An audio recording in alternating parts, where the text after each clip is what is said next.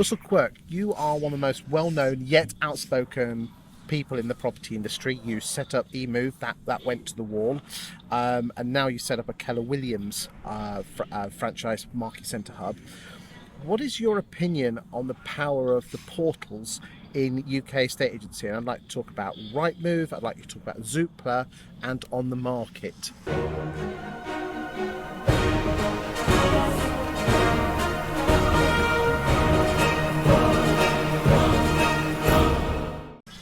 I've not heard of the third one. I know, sorry. The power. Where to start? Okay, so do Rightmove have too much power? I guess that most in the industry would say yes. They leverage that power to increase fees disproportionately every year. They definitely do that. Can they do that sustainably forever? I don't think so, particularly if they don't innovate. Having said that, look, the intellect and the money of Alex Chesterman at Zoopla couldn't become number one. So I guess as Rightmove, you sit there thinking, well, look, we're defensible, we're indestructible. I do think eventually there might be a catalyst. It won't be On the Market, because On the Market it's a pretty damp squib, and look, they've failed to do most of the stuff they said they were going to do on the market, and they don't really have any brand awareness. I mean, as a business, when you ask brand awareness questions of the public, On the Market doesn't really figure. So look, they're not really a challenger, but I think eventually they've just become the third portal, haven't they? Yeah, and actually arguably made Rightmove even stronger, because now Rightmove definitely know that they're kind of insurmountable. So I think Ian Springett and his crew have really just done the opposite to what they set out to do. And I think, I famously said in the past that I think their one other portal rule banning online agents was just completely nuts. It was counterintuitive. So, but I think something will happen. Now, whether we see a Zillow from the US come over to the UK and start to play here, whether we see... I won't mention who they are yet, because I shouldn't, but I saw a very interesting business the other day that is a portal with significant difference. I won't go any further than that, because they wouldn't be happy for me to do so yet until they're ready to launch. But let's just say, if the industry is unhappy with the lack of democratisation in property portals, this particular portal that I saw the other day, or the boss of that business, definitely solves that problem. Now, whether they can raise enough to get consumer kind of brand awareness... Do you think that's where it needs to be, where the portals need to spend their money, is to basically get the consumers to demand their agent be on a portal? Yeah, because if the consumer's not looking, then you don't get the stock. But if you haven't got the stock, the consumer doesn't look. So it's kind of chicken and egg. Look, this is which is why On the Market did what they did, I guess, in terms of almost offering their service to many agents for free to try and get that market share, to get that stock. The problem is trying to then come out of that in terms of monetising those agents properly thereafter to satisfy investors is very, very difficult indeed to do. So, yeah, look, I'm not suggesting it doesn't need a huge amount of money. And actually going to investors now saying, hey, I'm the next Rightmove, you're just going to get laughed out the room. But I think there could be a slow burn here in terms of one or two other potential challengers, plying their trade for a while, starting to get traction. Maybe then they'll raise some money on the basis of proof of concept.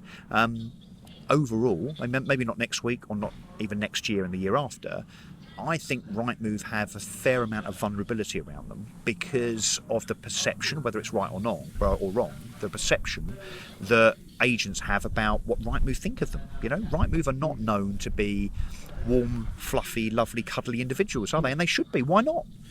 It's interesting. I interviewed the Miles Shipside equivalent for rea.com.au, which is their big portal, and 3 or 4 years ago their REA recognised that there was a total lack of empathy between them as a portal and the industry. It sounds very much like Rightmove, doesn't it? Yeah. And in this interview, basically what REA decided to do is, because they were making silly money like Rightmove does, they actually spent some of that money and became the best trainers in Australia for the industry. Wow, yeah.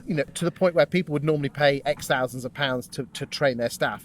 They go round and train, and that's all part of the deal. So now the love and the empathy from Australian agents to REA yes, they charge a lot of money, but there's a lot of love there now. Yeah, I think one of the Don't problems. tell me it hasn't gone full circle, but it's certainly a lot better than the vitriolic. Investing back into your customer base so that they want to be with you for the long haul, so that they see value. And look, Rightmove don't innovate, in my opinion. The other problem is, I think, with business like Rightmove, is the CEO, of course, comes along, has a 3 to 5 year tenure, therefore a 3 to 5 year vision and ability to kind of want to focus on the business for just that period of time.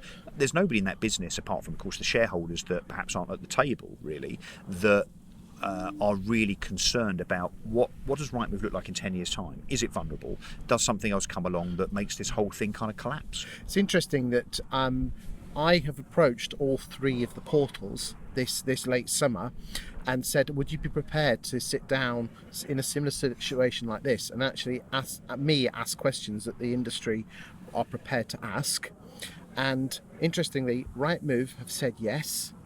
Zoopla have also said yes, but on the market, no. Did they give an explanation as to their shyness?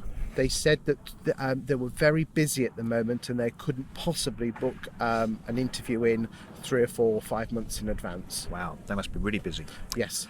Yeah, well, look, I'm not surprised. I thought you were going to say that Rightmove has said no and that Charlie Bryan, perhaps, if that's who you're talking about, Zoopla said yes, because knowing what I do about what Zoopla are focused on now, it is absolutely about the relationship with the agent, providing value. Yes. Didn't they famously make a statement a few months ago saying that we will only increase fees if we can absolutely justify it through product, innovation, and so on? That's absolutely right.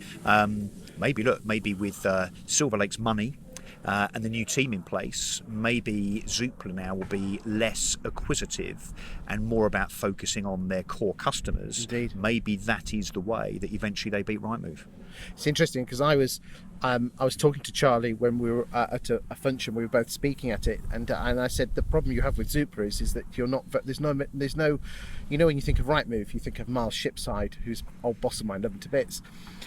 But there's no personality there. And he said, well, and then he reeled out a few names, and he said they're well known. I said, yeah, they're well known in the city, but they're not known to your customers. But not to the consumer or to the agent, for sure. Yeah. And there needs to be some voice. But I'm very surprised about on the market. Maybe, hopefully, if they watch this, they might change their mind, because it's all about accountability, isn't it, in this industry?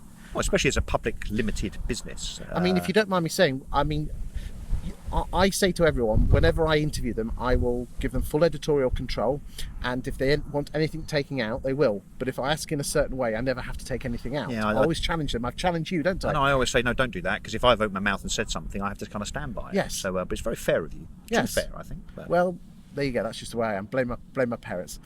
Lovely. Thank you.